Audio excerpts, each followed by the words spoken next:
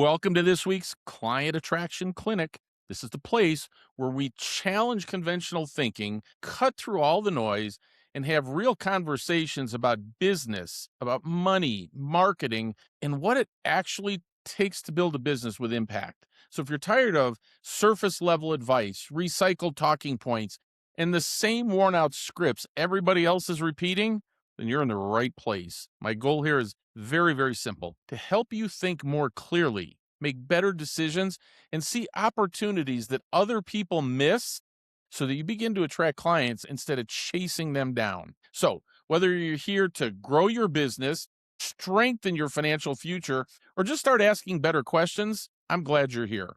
With that, let's get into it. Today, I want to ask you a question that's going to make some agents uncomfortable. Sorry, got to do it. When someone in your market thinks about selling, do they think of you? And maybe even more important than that, when someone in your own database thinks about selling, do they think of you? Because if the answer is no, that's not just a branding problem, that's a business problem.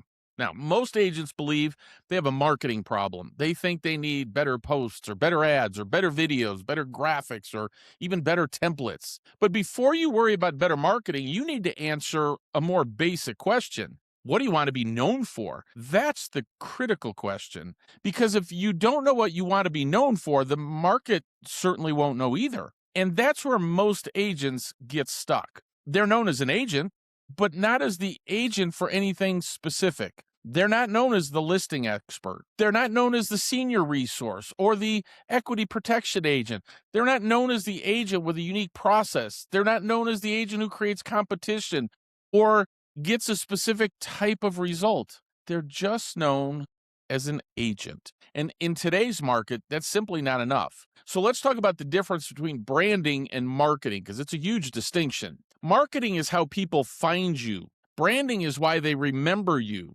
trust you, and choose you. Marketing gets their attention. Branding creates belief. Marketing can make the phone ring. Branding makes the conversation easier once it does. So if you're constantly trying to get attraction, but you haven't created a reason for people to believe in your value, your marketing has to work much harder.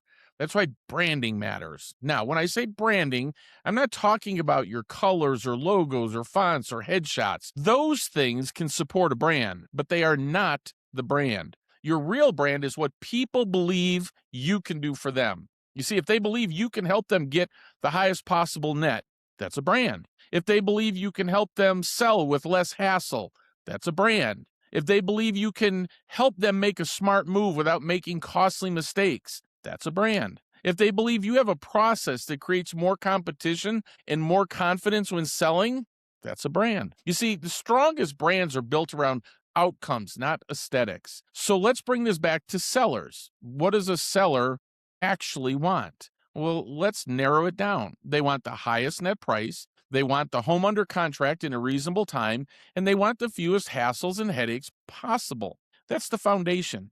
Everything you say, everything you market, you present, and every system you build should connect back to those seller outcomes. See, if your brand doesn't make those outcomes become believable, then your brand is probably too weak. Think about how most agents market themselves. They talk about, I don't know, years of experience, awards, production levels, being local, being honest, responsive, and caring about their clients. None of that's bad, but most of it is agent-centered.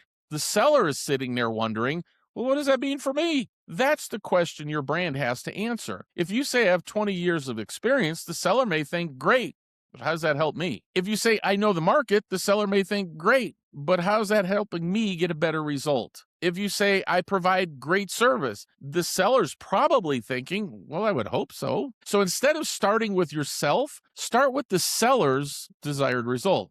You see, I help sellers protect their equity. I help sellers create more buyer competition. I help sellers avoid the chaos of an old-fashioned listing process. I help sellers compare their options before they're forced to make a major financial decision. I help sellers move with more confidence, more clarity, and fewer surprises. You see, that's more compelling because it's about them. Now, here's where the seller experience comes in. Your brand is not just what you say before they hire you. Your brand is also what they experience after they hire you. If your communication is poor, Well, that's your brand. If your process feels disorganized, again, that's your brand. If your marketing is generic, well, again, your brand. If your follow up is inconsistent, that's your brand. If they feel like they have to chase you for updates, that's your brand. But if they feel guided, informed, protected, and confident, that's also your brand. Your seller experience is probably the most important branding tool you have because happy sellers become reviews, referrals, repeat clients, case studies, videos, testimonials, and social proof. See, that's how the brand compounds. But you can't create that by accident. You need a process. You need to know what's going to happen before the listing appointment, during the appointment, after the agreement is signed, before launch, during marketing, during negotiations, during escrow, and after closing. And every step should reinforce the belief that the seller made the right decision hiring you. Now, I want you to do a simple exercise. Imagine someone asks one of your past clients, "What makes your agent different?" What would they say? Would they have a clear answer to give? Would they say something specific? Or would they say, "Oh, they're really nice," or "they did a good job," or "they were really helpful"? Again, none of that's bad, but it's not strong enough to build a brand around. You want people to say something like, "Man, they had a process that created a ton of activity," or "they helped us understand how to protect our equity," or "they made the whole sale way less stressful," or "they knew exactly how to position my house to create competition." You see, that's what you want. So here's your action step for the week. Write one sentence that answers this question, and it's a big one. When someone thinks about selling, why should they think of you? Don't make it cute. Don't make it generic. Don't make it about awards. Make it about the outcome you're going to help create. Then look at your marketing and ask, does my current content reinforce that message? If not, well, you found the gap because your brand is not built by saying something once. It's built by communicating a clear idea consistently until the market starts believing it. Now, if you want to take this any deeper, I've written another book that listeners can download for free. The title of the book is Your Real Estate Business Doesn't Need More Tools, It Needs a Boss. Go ahead and download it, and you'll see how experienced agents can build a daily operating system around seller leads, content, follow-up, appointments, reviews, referrals, and closings, all those branding things that we just talked about. You can grab it now at www.theaibossblueprint.com.